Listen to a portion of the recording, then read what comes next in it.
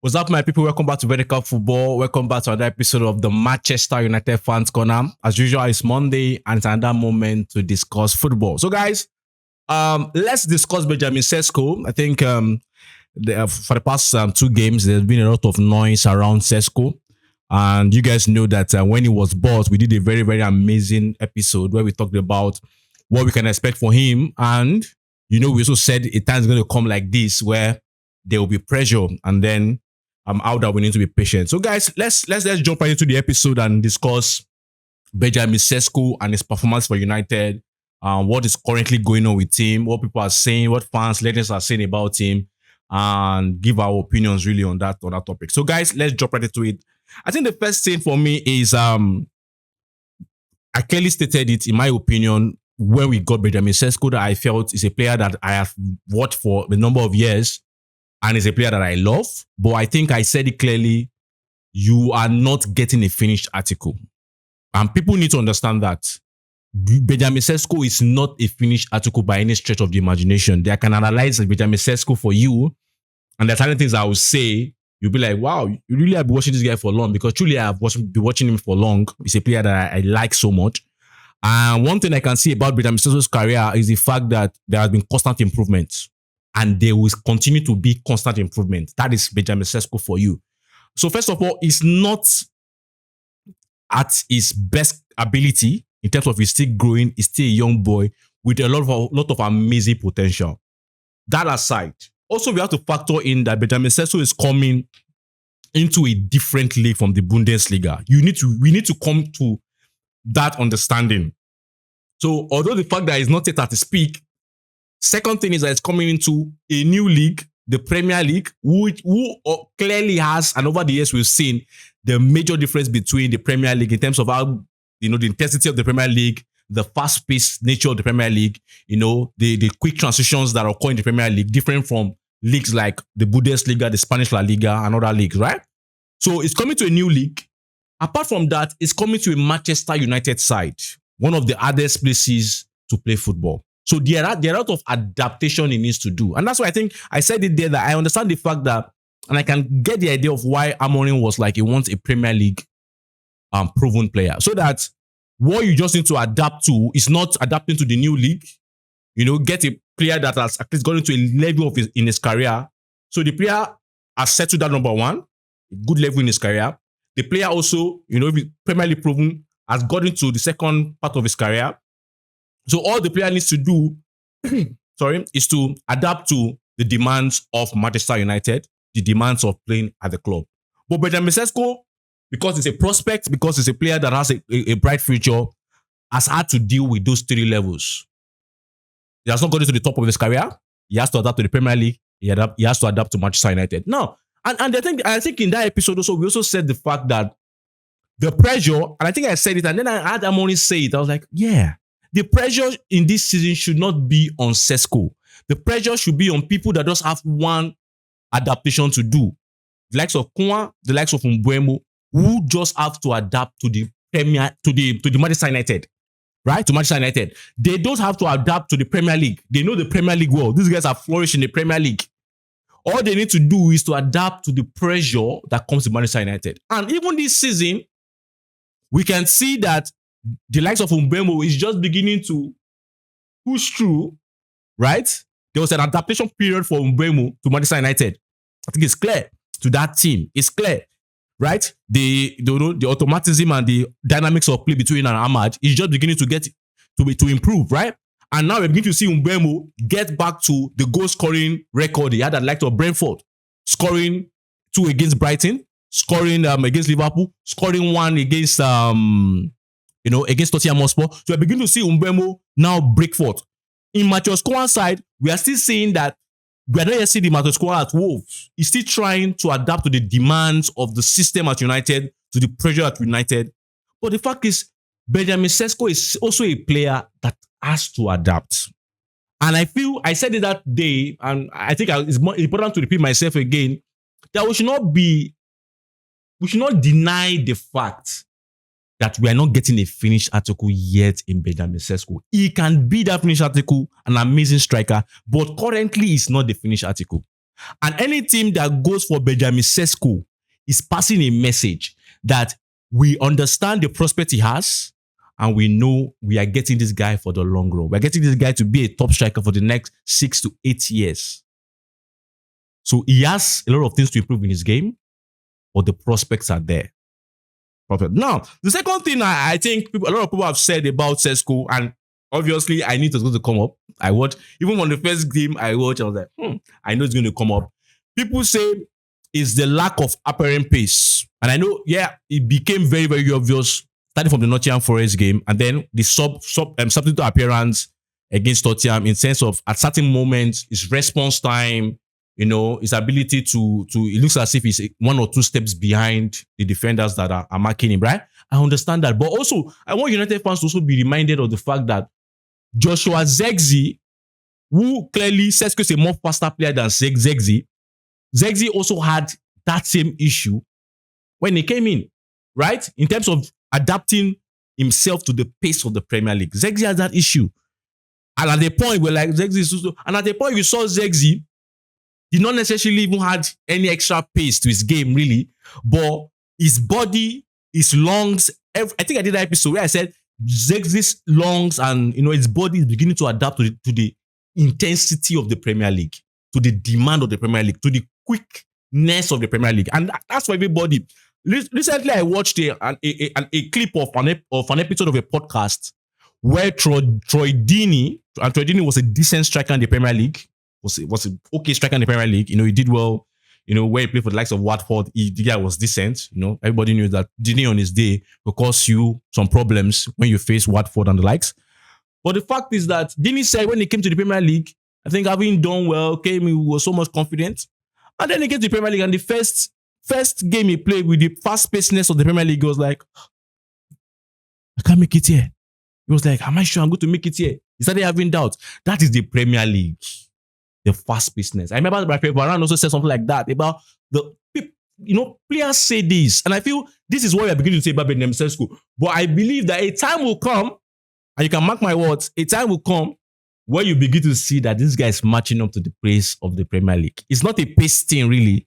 It's just a body adaptation. The pace at which you do things, right? The pace at which we pass. I remember there was a time Casemiro, when he came in, had that issue.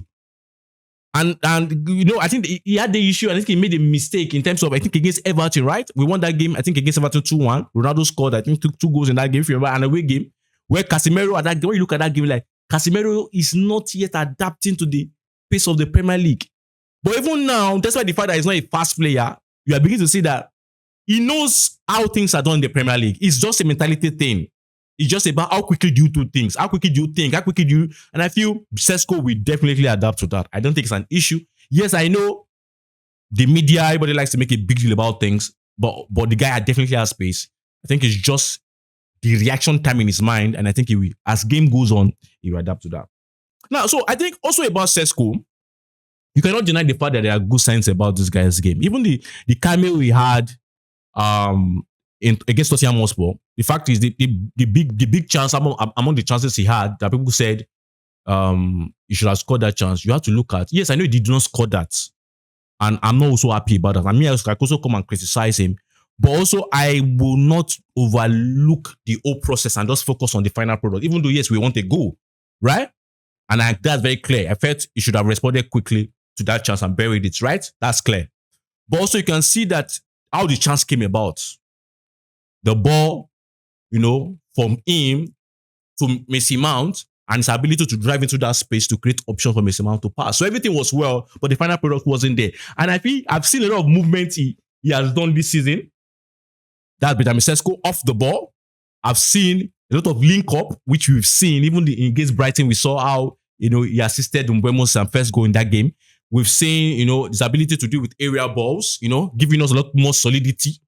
Ability against Sunderland, for example, the ability to win duels for us and give us that second option to play. So Sesko is doing a lot of good things.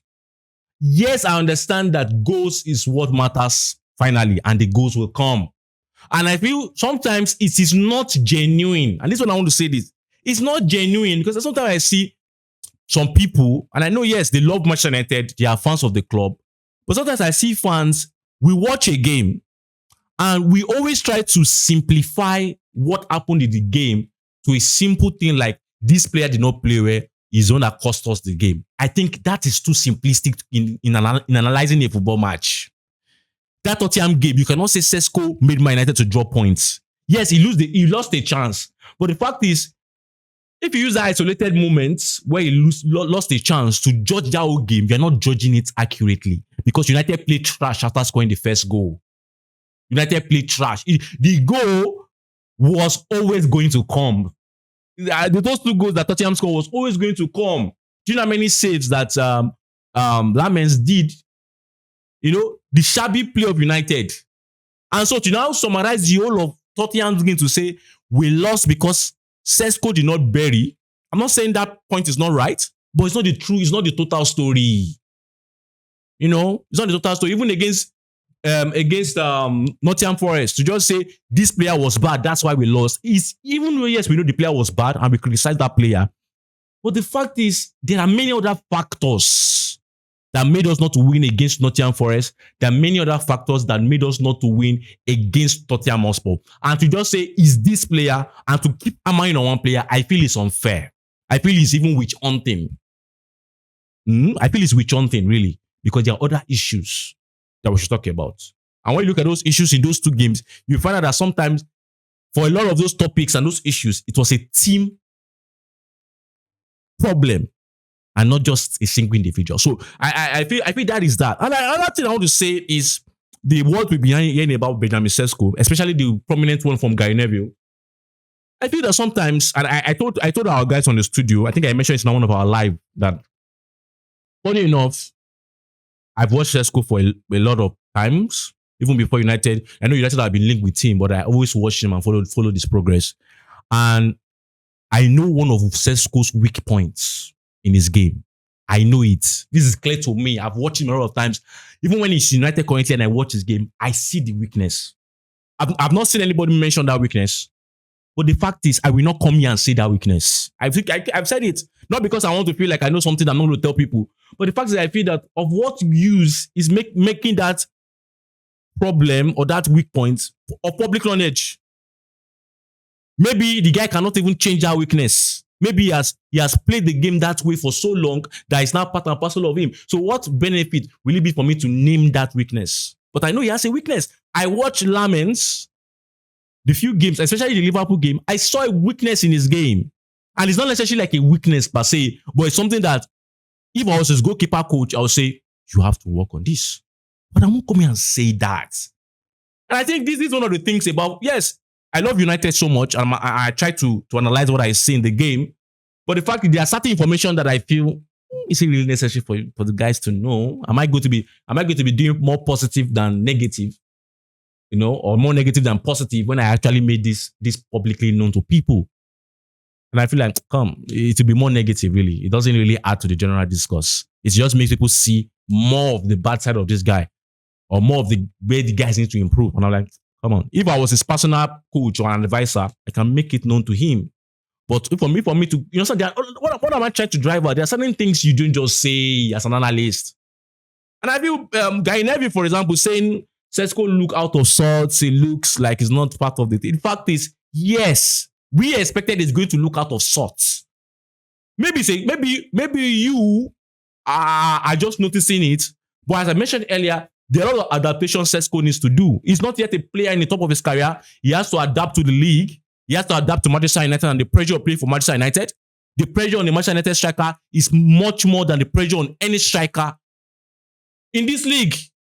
We know that. And even the players that have been playing in the Premier League, the ones we bought, the likes of Koan and Mbemo, you cannot tell me, nobody can tell me that Koan has reached the best of his abilities that we have seen him play. In Wolves, he's still adapting to the team. Yes, we can praise him, but the moment is that Koan is still adapting. He's still adapting to the demands of our system. He's still adapting to what we want him to do in United. And you cannot say Koan has been 100% good.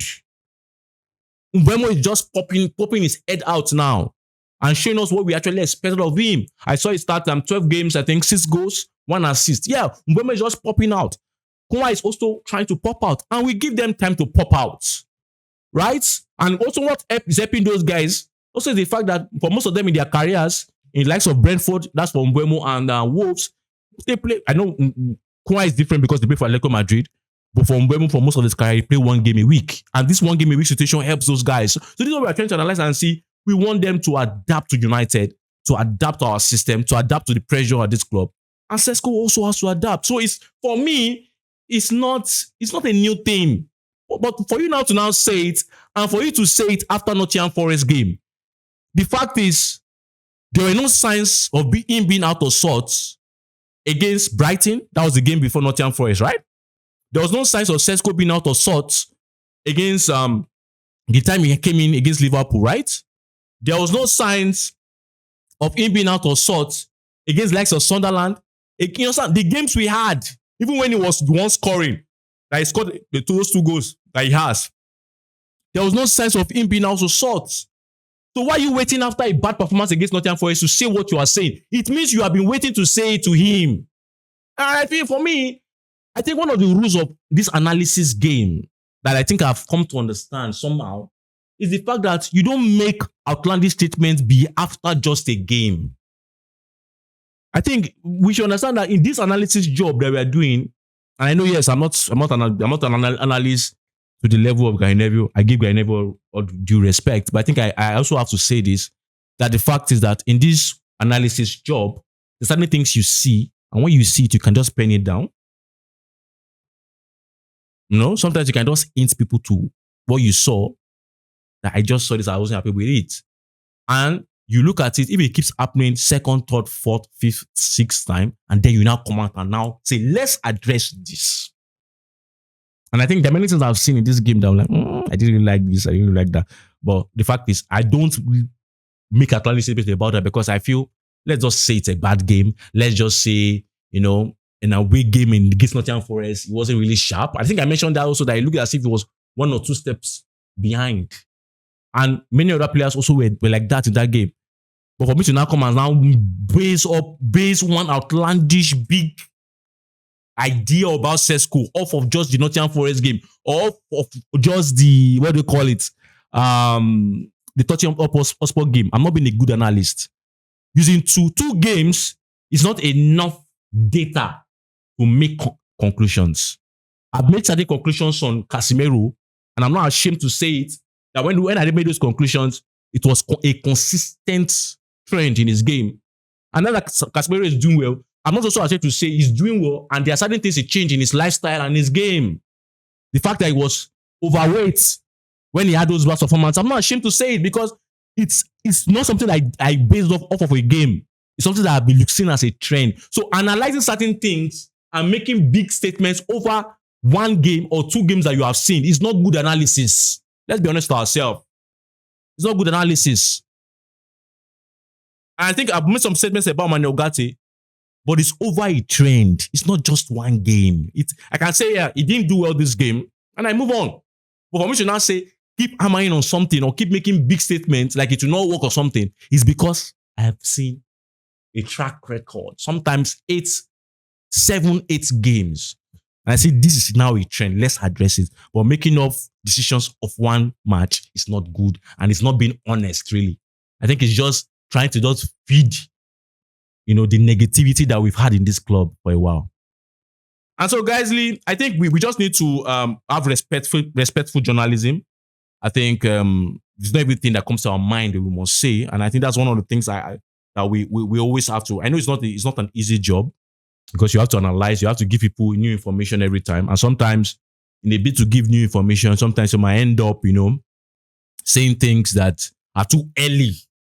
They are too early to judge. They are too early to judge. And when you judge a player off of Nottingham Forest, I feel off of even Tottenham Hotspur, I think it's too early. And Gary Neville, why am I I'm not so pleased with what Gary Neville said? Because Gary Neville has been a captain. Gary Neville has been a leader in that United dressing room. He understands the pressure that it takes to adapt to the Premier League and even to United. You should understand that the fact that even most of these our legends of today that we are all hyping, you know, people you could not write them off in just 10 games of their United career. Definitely not even after one away game, because I knew there were games where the life of Rooney, the likes of, Carrick, they had some bad games. I can remember some of them. We just knew that they will come back. So, guys, this is my opinion on Benjamin Sesko so far. I really feel we should be patient with him. I understand the fact that United wants to win, and he needs to also convert the chances. I get that, but also we have to say that there's some things in his game. He's doing some things very, very well, which I mentioned: the link up, the dealing with the aerial balls, dealing with some second balls to certain games. The guy is putting in effort, is pressing, how to press. The angles is covering. The guy is doing well. But I feel, yes, his touch needs to get better. And I know he has a better touch than what he's showing. I know that, he needs to response time in mentality. The mental quickness needs to improve, but it will get better as the Premier League goes. And I think Zexi is a perfect example of how Zexi also adapted to the Premier League when he came. So I feel this is what I have really about Benjamin Sesko. So guys, let me have your opinion on Benjamin Sesko. What do you think about what I've said? Do you think I'm right? Do you think I said something that you don't agree with? Let's have that discussion really in the comment section. Thank you for loving our content. Thank you for liking, showing us that love. We truly appreciate you. And we'll do everything possible to keep giving you the best. Don't forget to please like this video, subscribe, and most importantly, share. Until I see you next time. Bye.